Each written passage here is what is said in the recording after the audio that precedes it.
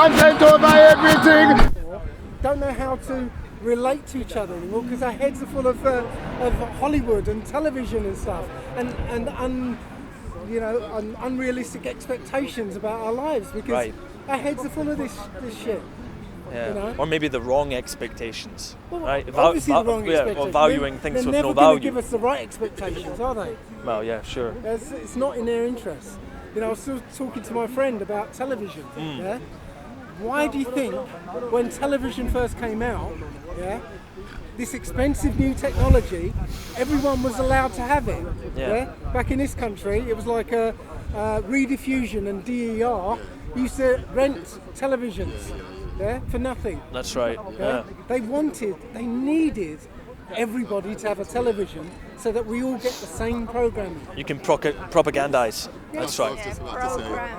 Programs. Yeah. That's right. Have you ever looked into subliminal messaging? All the time. It's terrifying when you actually see an example of it and it's been paused and you see it. It's like it's actually a real thing. But there's any more subtle layer. Oh, there are. Yeah. Because everything you watch on TV becomes false experience. Yeah. So you watch a situation occur on TV that you've never faced yourself. Yeah. Now it's in there, and if you in real life have that experience, now you're going to replay what you've seen on television. Right. Yeah. Many people, You mean predictive programming style of things? Yeah, it's more than that. It's more like okay, you've probably had this in your life that. You know, you've exploded at somebody, and you like later on go, why did I do that? It's because you're just simply replaying something you've learned from television, and that's it. It's scary. I'm not concerned. It's just getting a bit close. But it's up there. Yeah. Right. What do you think about 5G? 5G is interesting. I'm now in the belief that that 5G at 60 gigahertz will cause respiratory issues. I've heard that it's meant to cause flu-like symptoms, which is a bit coincidental, isn't it? Yeah, and the fact that coincidences, I don't believe in coincidences. It's difficult. And the fact that Wuhan was the pilot place for 5G. For 5G. That's right. Yeah, and so I don't know if you've heard about the effects that 60 gigahertz has on oxygen. No. Right, literally it starts breaking apart O2 down. I think down to O. Right. Yeah, one oxygen, and our hemoglobin can't absorb it in that way.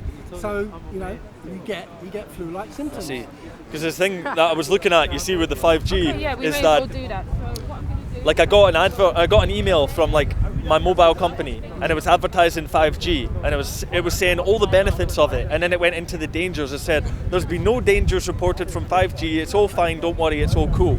But I know that this is false because certain nations have banned it. Scientists have been saying there's dangers from it, but this mass media thing is telling me that there's no danger at all. Ignore it. Just get it. And another thing, you know how they're meant to be putting up the transmitters every couple of houses, cutting down the trees? How much money is that going to cost the companies to do? Unbelievable amounts of money. They're not going to make money off this. No. So why are they pushing it? Again, it's television. Right. Why are they does pushing it? everybody have to have it for free? Yeah. Yeah. They don't do anything for free. Yeah, you see what I mean? Like, it's a terrible move economically because you're going to spend billions building all these transmitters, and how are you going to make that money back? It's It not must have about money. I know. It must Never have been- another purpose. Never been about money. The ones behind That's why it's this scary. have got all the money. Yeah. I know. Yeah. So they don't care about that. That's right. Their agenda is more important than money. Agenda 2030. 2030, yes. I was just talking to my friend about this. He lives in Basildon, yeah? Basildon is about 15 miles outside of London. Right. But Basildon is being built up outwards towards London. London is being built outwards towards Basildon, and outwards towards Harlow, and so on, to make the mega city. Yeah? That's right. So literally, Because you've obviously looked into Agenda 2030, and it says sustainability goals. Yep. And something that just blows my mind with something that doesn't make sense is that one of their goals is to move everybody into megacities. Surely if you were sustainable, you'd want to move people back to the land and have community farms and teach people how to live with the land, right? Rather than everyone in a megacity. Yeah. It didn't make any sense at all. No. But that's what it says. I read it myself. smart city. Makes no fucking sense. It doesn't make sense. No sense. Unless you know their agenda. Unless the goal is different from their stated goal. Exactly. Right? It always Sure. is. Yeah. It's always a plausibly deniable goal. That's yeah? right. that, you know, unless you look into, yeah, it sounds reasonable. Yeah? It's fucked up, man. But it's not. Because they're selling it as being good for the people. Good for you, easier for you to access things, easier for you to do things, and that's how they sell it. But it's always the way, isn't it? Yeah. Whenever they bring out some really terrifying new technology, they'll say, "Oh, it's because we can help cure cancer, or we'll do this." And it's never that. It's No. always William, I can actually answer why there's that rationale. Because one of the projects I'm working on these days are microgrids in Africa for electricity generation. And the advantage of moving people into a city is that, to give you an example, the biggest problem with power generation is distribution. It's not generating it. Yeah. You can, if you build a nuclear reactor, for example, that's a very expensive, time-consuming thing Sure to it put is. together. So to build it, you need to be assured that enough people will connect to it and pay for it, so that the costs can cover themselves. I disagree. Well, let me finish. And you can feel free to refute that as much as possible. So the alternative to doing that, to building these large generators, is to build lots and lots of smaller generators and consume locally, which is to your point. But at the same time, you're talking about fairly small consumption and fairly small communities consuming locally. There needs to be enough knowledge, there needs to be enough capability to maintain that and consume those sources of power locally. And that is sustainable to a degree. But if you're doing it right, those populations are going to grow and the power demands are going to increase. So where are those power demands going to come from? That's generally why people say, no, it's better to cluster people around a single source of power because it's easier to distribute and more cost effective rather than something else. But that's just purely a power standpoint. Well, so Okay, so I disagree because I actually wrote a book years ago about this subject. Right, the better, what you're describing there, okay, is the mainframe view of computers. Okay, so you build a mainframe, which is your power station. Yeah. Sorry. Yeah, thank you. Yeah. Hot chocolate. So you build Sorry. Yes, please. So you build the mainframe, which is the power generation source, yeah, and all the dumb terminals are the users, yeah. The problem with that is if there's a problem there, then nobody gets that's anything, true. right? No, that's true. Yeah. But we went to a different model. We went to the internet model, yeah, where every computer on there is a server, right? And they all contribute into a web. Correct. So, the better view is that every house generates its own power. That would Whereas make solar, sense. Yeah, and then you connect in a grid, in a web, yeah, so that there's more in the system than what's the phrase? I can't remember the phrase now. So, the more that's in the system, the more there is to go around, rather than the other way. So first of all, completely agree. The two are not separate from one another, and here's where the problem starts. So you're absolutely right. If you can distribute, so if every house was generating its own electricity and consuming it, that's the ideal case scenario. And I completely agree with you. There's two problems with that. Number one, maintenance. How are you going? Every house needs to maintain its own power supply. What happens if that power supply goes down? And who's going to arrange the coordination between these different entities? Now, you're still going to end up with some central authority that needs to be able to do the distribution. Number one. Number two, bear with me. Number two, what happens when there's additional growth? So if you are successful, those communities are going to grow and the demands are going to increase. But that no, that's you're missing the point. Am I? Yeah? Okay. You're missing the point. Just like the internet. Yep. Okay. Half the internet can go down, yeah, but the rest of the internet is still up.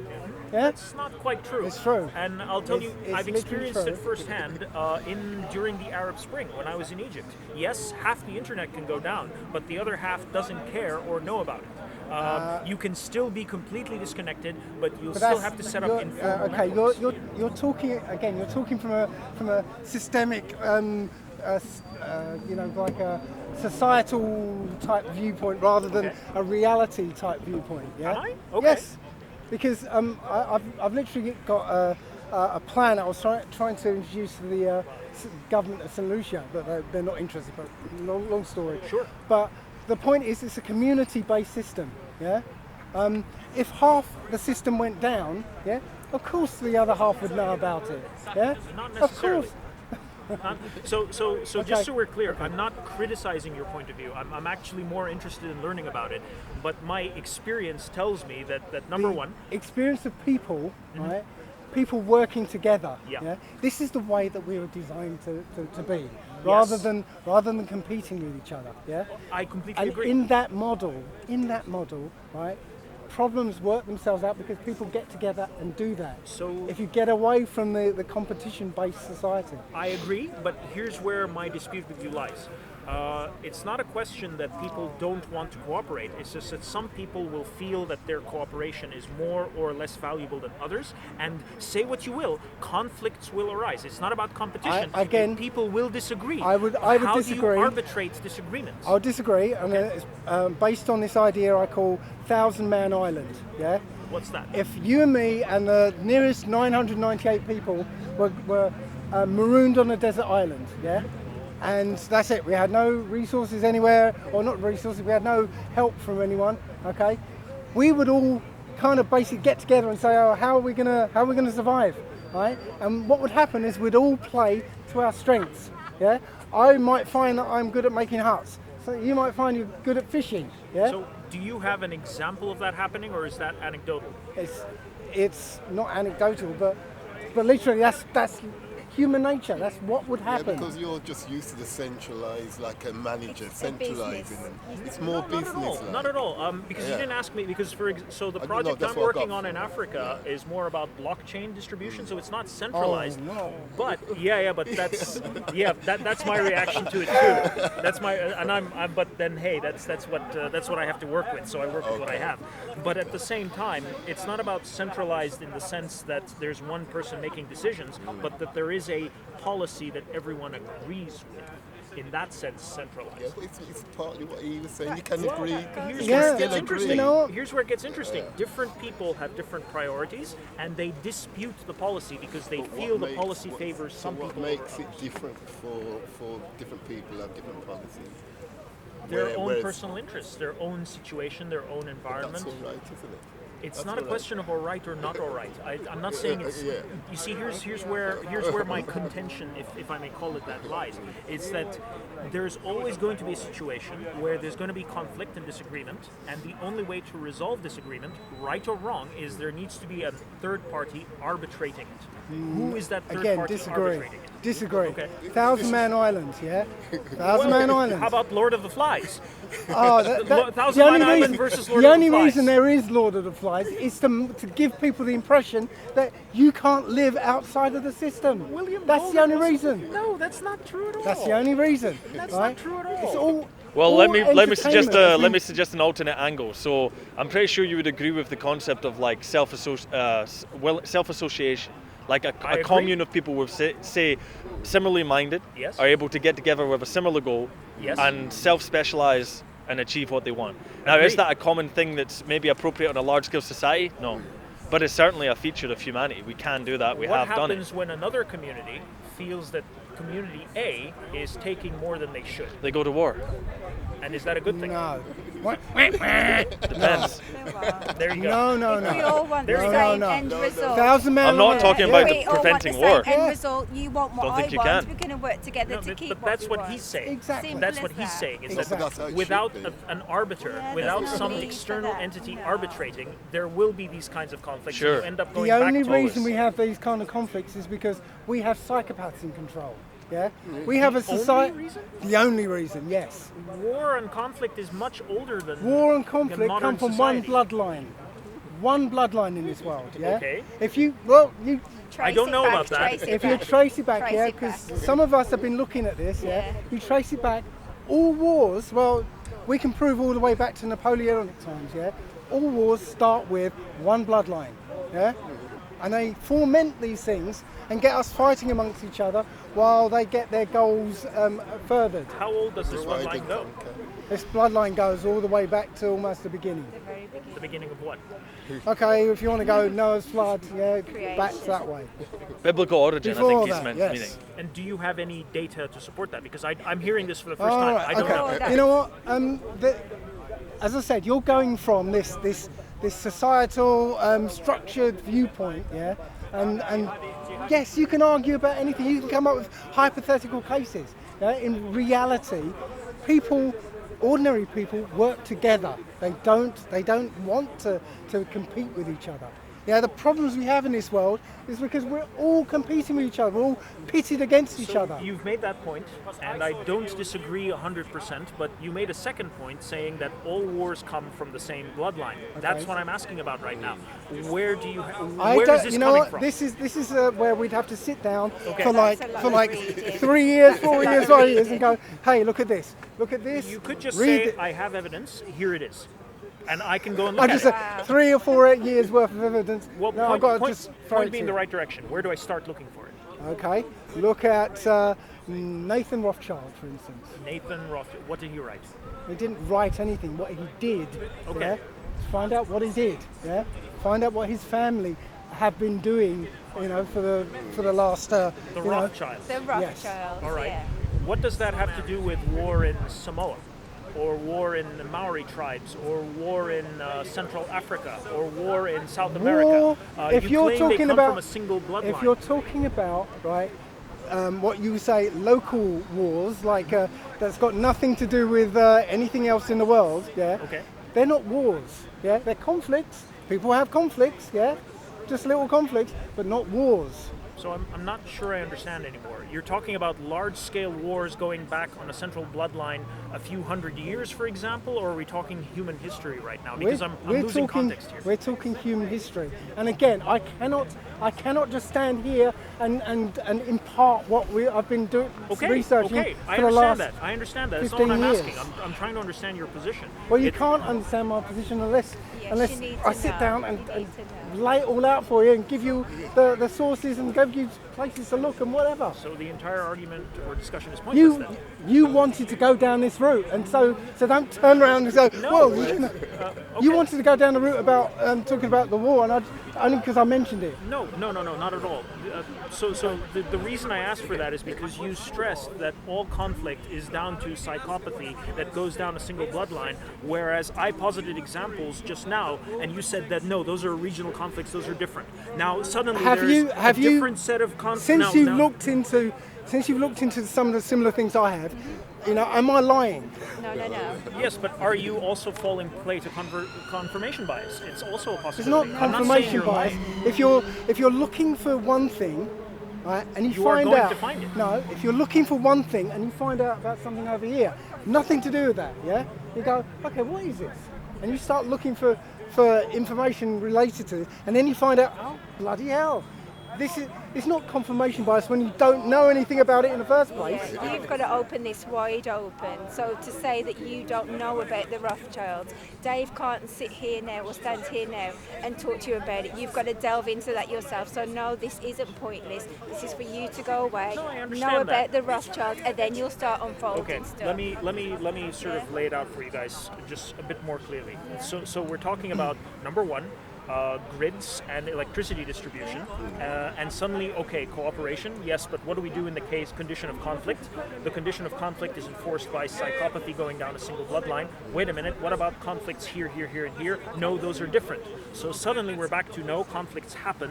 There are some conflicts that are more serious than others in the case of the nation Rothschilds, and so suddenly the whole idea, falls back on You're itself. turning it into something different. Am We I? nearly had a conflict over here, right? It doesn't mean I went to war with a guy, yeah? Didn't we nearly have a conflict just a few minutes ago? Yeah? With Pavlov. Conflict, yeah. Right? You resolved it. That's not a war, You is it? resolved it. We resolved it. It didn't happen. Maybe this won't go anywhere, but I did have a different point, because when I was saying about Agenda 2030 and you brought it to electricity distribution, that wasn't something that came to my mind. It may obviously be a factor, but what the issue that I'm looking at was something that doesn't seem to compute when I analyze it. Is if when they state their goals are sustainability, we need to know what that might mean, and I think it might have different interpretations, because how you use resources will determine how you can progress forward, and whether society should continue to increase in number of people, or should try and maintain, or should try and reduce, right? Surely. So the idea that I don't really understand is the concept of megacities being of a net benefit as you could look at some problems that seem to only occur in cities or occur much more frequently, and various things that are associated with mass urban development and crowding of people. Because there's certain things, I don't know the names, there'll be a term, a psychological term for it, when there's so many people in an area, people become much more hostile. I can't remember, there's a number, I think it's Dunbar's number. 150 people. Yeah, and I think the idea is that our development over the course of time has adapted us more specifically for small community living, where you can establish a known reputation with people around you.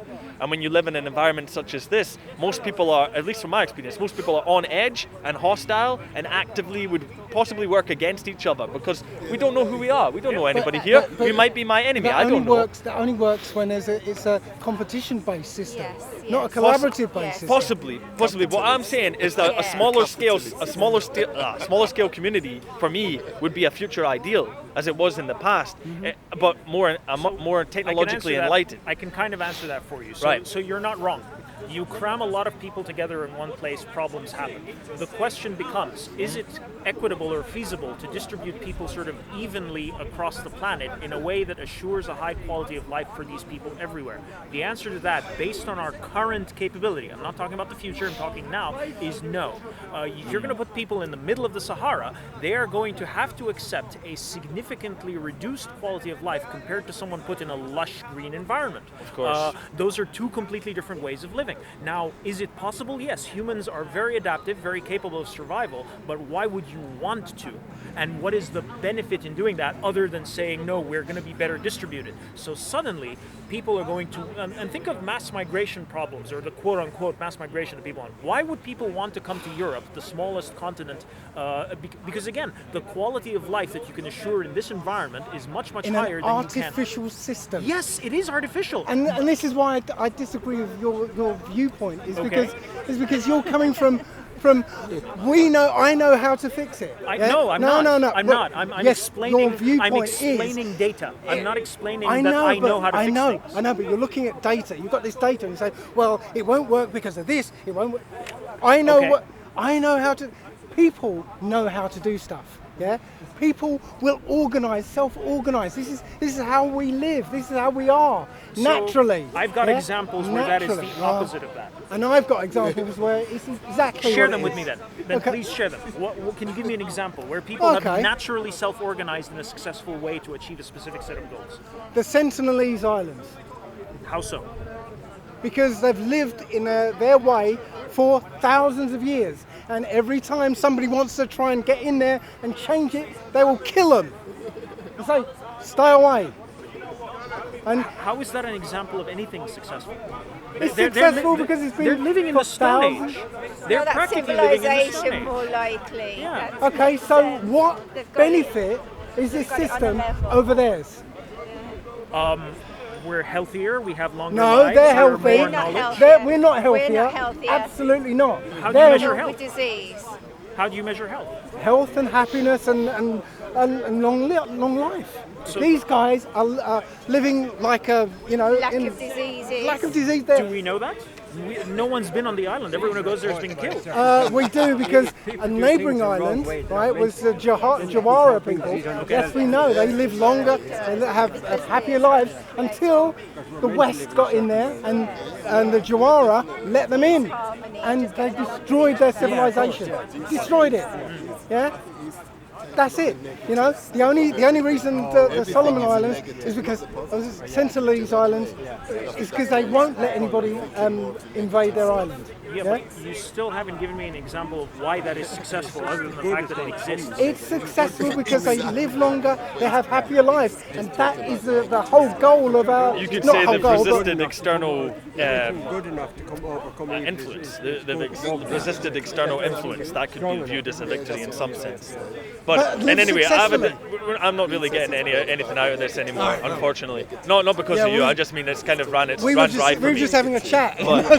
But something I do want to say is, if we talk about quality of life and stuff like this, for me, this style of society right now, there's many facets to it. Some of them which you could say, if you value human happiness and self-actualization, it benefits. And other parts, it takes away from. So my, I need to come in. I don't know, I've not thought about it enough, but my ideal, if I could spread it around the world, would definitely not be a model of this society. It wouldn't be to just replicate this and push it out into the world. As many things that I view as not really conducive towards self-actualization. So if we're talking about criticizing the current society, which I completely agree with, Because we're talking about model societies, Yes. or how to advance and what sustainable means. which I completely agree with. The only problem I have with that line of logic is the J.K. Chesterton fence. Is if a fence exists, why was it there in the first place? The society we have today did not arise arbitrarily. What we have today came about through developments over an extended period of time. Sure.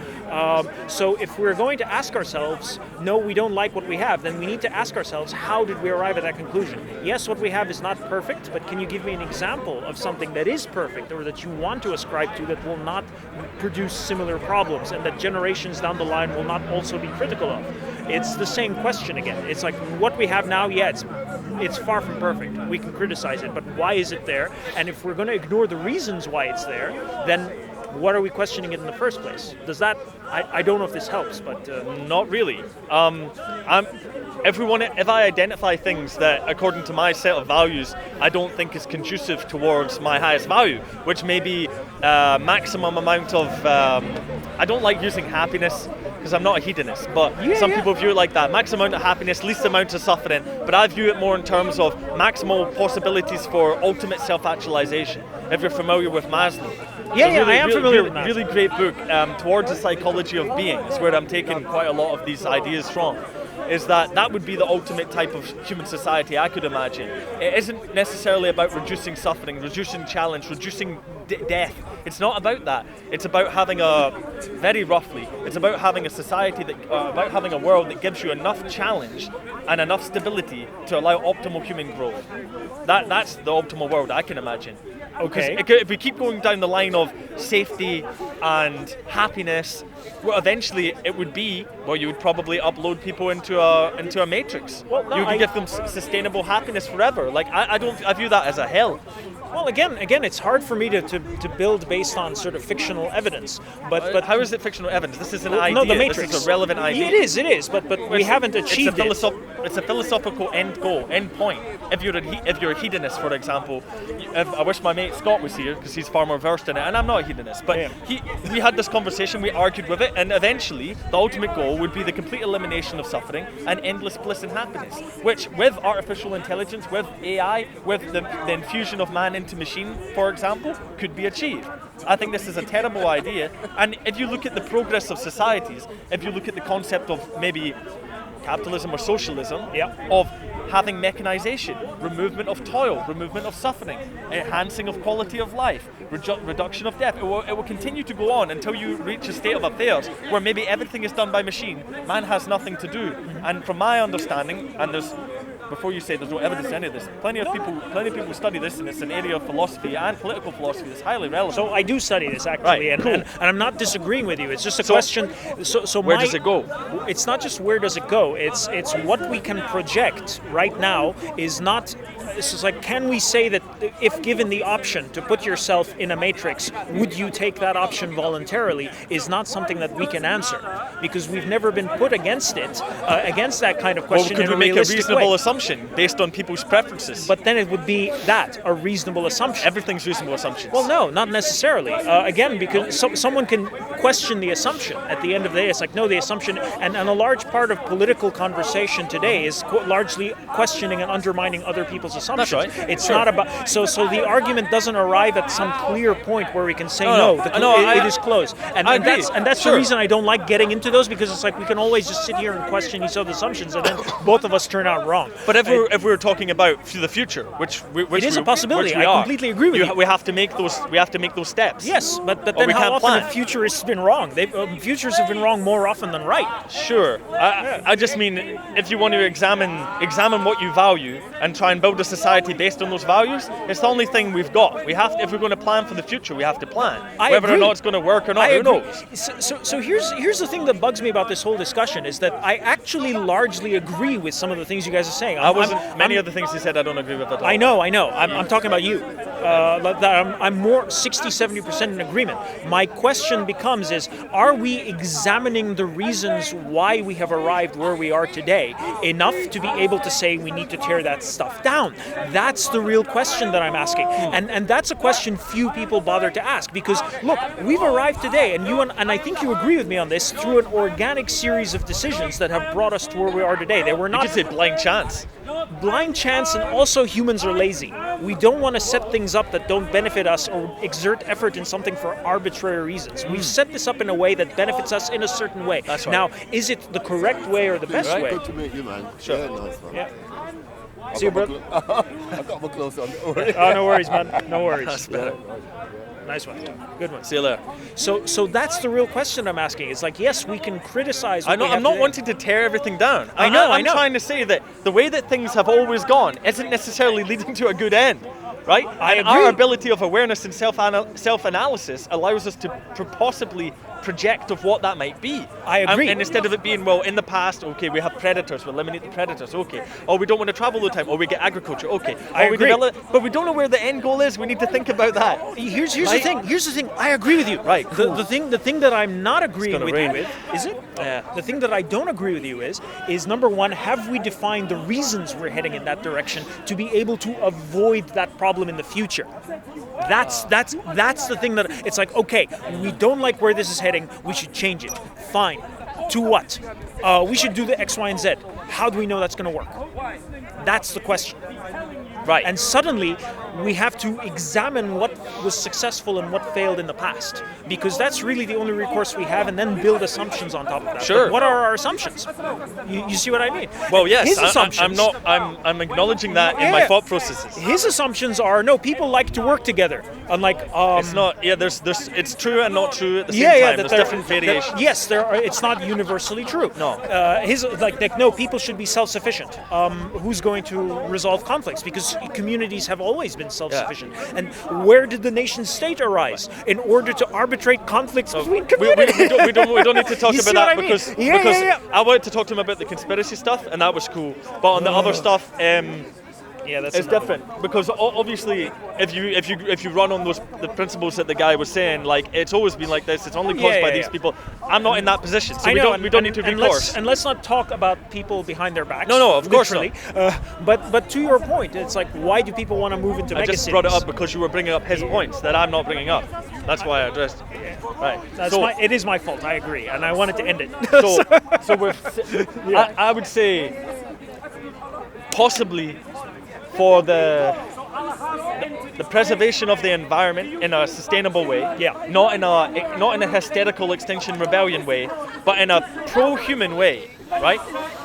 I think the recourse and have possibilities of maximal self-actualization potential. The ideal is definitely not cities.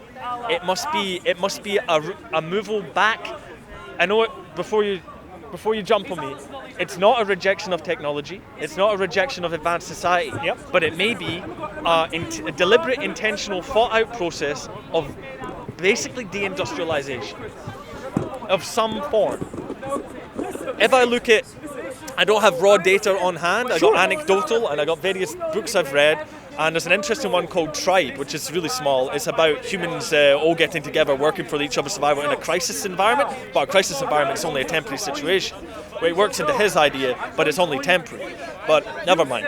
Is that it seems to me that humans do much better with the adequate amount of challenge and the adequate amount of stability, and also the opportunity to work together towards a shared goal. This is fairly self-evidently stuff. Are there issues that arise? Of course. Are there conflicts? Of course. Are there differences in personality, temperament, and maybe psychopathy? Of course.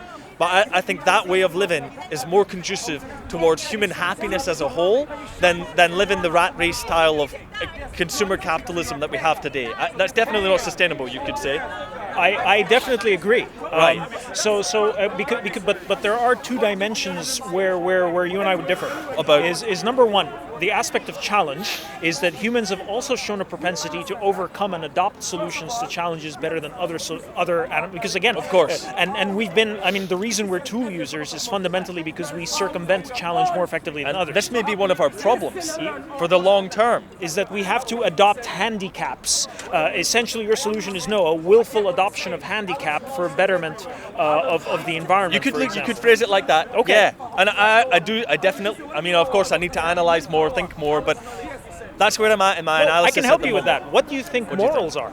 Well, there's various views on that, but one of them is an adaptive thing for group survival. How about an individual adopting a handicap for the sake of his environment, for the sake of the community around him? So things like chivalry, politeness is about me in a position of power adopting a handicap willingly because it benefits people around me. Yeah, and it also enhances your reputation. Absolutely. So It's a mutual there is a beneficial benefit situation. involved. So that's effectively kind of like so what you're proposing is effectively a kind of behavioral and environmental set of morals that we enact in our way of legislation and way of living. It sounds very similar. It can definitely be like that for sure. That will be a fundamental factor. Yeah. Just I'm very aware of the problems that are caused by dense city living. Yeah. And you could say overpopulation by density, not by total amount. Yeah. And this is something that I think we need to resolve, and it has to be with the spreading out in some form. Such a difficult problem. It is a difficult one, and to add to that, how about this? How about industry that values human betterment on a more ontological level than on a material level? Because the problem, I think, is materialism. It's not fundamentally because the rat race. The problem with the rat race is that 60% of the work done out there are bullshit jobs, are effectively jobs bridges to nowhere, jobs that don't produce anything of value to others. I mean, what does a PR assistant do? You know, I mean, and how much carbon is this guy consuming just by doing PR assistance? Yeah. You see what I'm saying? Carbon. So suddenly, sustainability. If you can take out a quote-unquote bullshit job, which we have to define a metric for. Let's be honest. Some jobs do have value. We just don't see it immediately. Yes. If we can take out a large portion of that and put people in jobs that are much more productive in an ontological way. So to give you an example. Compare the bankers' strike in Ireland I think it was the 1970s to the New York sanitation strike in the 1960s. Right. What was the difference between I have no idea. I've never heard of both of those. You've never heard of it? Of either of those, no. So that's a fantastic case study. It was in the book Rutger Bergman, Utopia for Realists. Okay. So that's where I got it from. All right. But you can Google it. So in New York City, sanitation workers went on strike for a few months. It was sometime in the 60s or the 70s, and the city was a disaster. Yeah, it was sure. a disaster. It was a nightmare. People had to give sanitation workers better pay, better money, better prestige, blah, That's blah, blah. And suddenly being a sanitation worker in New York City is actually something that you can be proud of. Yeah. Bankers did something similar in Ireland at roughly the same time. Right. How much did Ireland suffer? Yeah, I know. where you're Zero. going. Yeah, sure. Zero. There was no effect. People went to their pubs to be able to exchange money and arbitrate conflicts over money. The pub was more effective than the bank. And to use, what's his name? I can't remember. A communal effort and distributed effort. And that worked effectively. Yeah, right. But you see, here's where things get interesting. It's like, yes, it worked in the scale of Ireland, which is not a very large country. Now, how do you blow that up? And scaling adds its own set of problems. So Right. So I mean, I can say a bunch of stuff that you could easily say. Well, how the hell would you do that? What's the practicality? And I can have to honestly answer. I have no idea. I can only think of things that seem to fit with values and ideals that I have, and how to implement that. I have no idea. But I have to start somewhere. I understand so, that. It's the principle, like I said, of possible some sort of deindustrialization without backtracking in terms of our enlightenment, you could say. A revaluation of so-called traditional values, which fits into the chivalry, not necessarily chivalry, but it fits into the same concept as shared moral system that expands itself. Yeah. A removal of the rat race concept, that it would require an entire reshuffling of the entire world. I agree. Because consumer capitalism is not helping us in any way. It's a dead end. It's an evolutionary dead end. I agree. It absolutely is. Yeah, And with my, I suppose, limited understanding of Marxism and communism, that ain't good either. So we have to think of something a bit better than that. And I don't know, man. I don't know. That's where I'm at. No, It's difficult. You're on. So to instigate change, you start with your poets and your artists. Yeah. You don't start with legislative sort of people. You don't start sure. with implementers. Yeah, so yeah. so it's a question of getting the values right first. Once the values are right, the action that follows on that. Well, that's that's my starting point. And that's why I prefer talking to you than that guy, because he claimed to have an answer. Yeah. You're coming like, no, I'm interested in values don't have and an morals. answer. Yeah. You don't have an answer. It's like the value sets the action, not the other way around. That's right. And that's why it's more productive. No, that's Yeah. fair. That's fair, bro. All right. Cool. Nice one, man. Thank you. Finish it there. All right. Yeah. Cool.